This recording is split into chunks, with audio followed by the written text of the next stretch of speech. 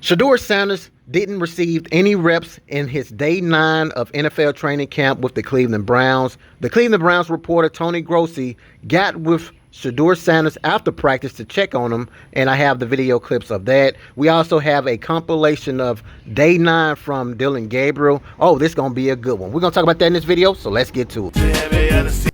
One thing is for sure, the Cleveland Browns situation in Cleveland has definitely been very entertaining. Covering Dillon Gabriel I've actually been hilarious in my opinion, because regardless of what they're doing, this is exposing Dillon Gabriel's lack of ability to make plays. I have a compilation to show you guys of how he did with all those reps that he was given on today. Toni Grossi, Cleveland Browns reporter, also caught up with Shedeur Sanders to see how he was doing with him missing the whole entire practice today. I'm going to play that video clip and let you guys see it, because I know that's why you guys are here. And then for those that want to see how Dillon Gabriel did at the end of this video, stay here. Hi everybody, Toni Grossi with you again with the Cleveland Browns Training Camp Report. We are presented by Maloney and Nevada. Well, everyone talked about having too many quarterbacks, right? 4 quarterbacks in a competition. Interesting day. Only 2 of them participated. Now, Kenny Pickett did participate in individual drills, and at the end of the day, in that so-called hungry dog period, he threw to receivers. But Shedeur Sanders did not take a single rep today in 4 team periods, and also the hungry dog period, an opportunity period for little used players at the end of the day.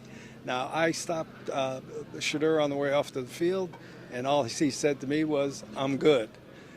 Later, the Browns came out and said he was held out because of arm soreness, which is a little curious, because the fact is Shedeur's got the fewest reps of any of the 4 quarterbacks over the whole course of the summer training camp. So this is something interesting, totally unexpected, but we'll see if there are any further developments as the week proceeds. So you guys had a chance to take a listen to hear what Browns reporter Toni Grossi had to say about his exchange with Shedeur Sanders after practice. After multiple reports about him having arm soreness, Shedeur Sanders basically told him, "I'm good," and he probably went on by his business and went to go and do his thing as far as working out, staying late, ran with the wide receivers and such. We all know Shedeur Sanders is good. The decision for him to not practice today was not Shedeur Sanders' decision. For you guys that has been following my channel from the very beginning, you guys are aware that I've been covering Shedeur Sanders from Jackson State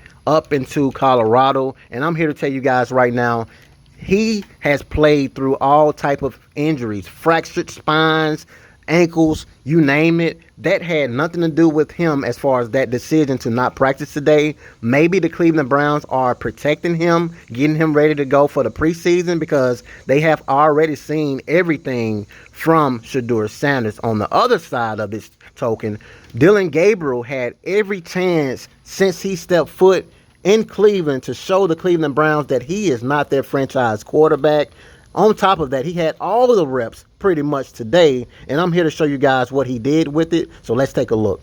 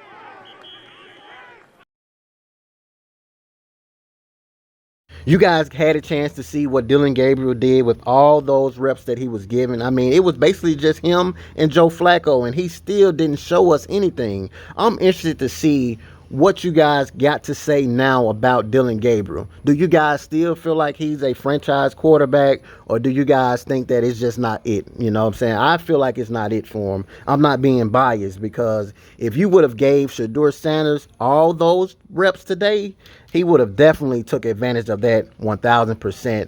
I'm okay with Joe Flacco being the starter, Shedeur Sanders being the second guy, and then slowly working himself into the starting role. But anywhere else, as far as 3 and 4, Kenny Pickett and Dylan Gabriel, those quarterbacks are nowhere near better than Shedeur Sanders. That's just my personal opinion. The only reason I would give or understand that Joe Flacco has the edge is experience. But it can actually be great for Shedeur Sanders, because he can actually, help him along the way during the season. But any other scenario, man, I'm not buying it. That's just my personal opinion. You guys can get down in the comments and let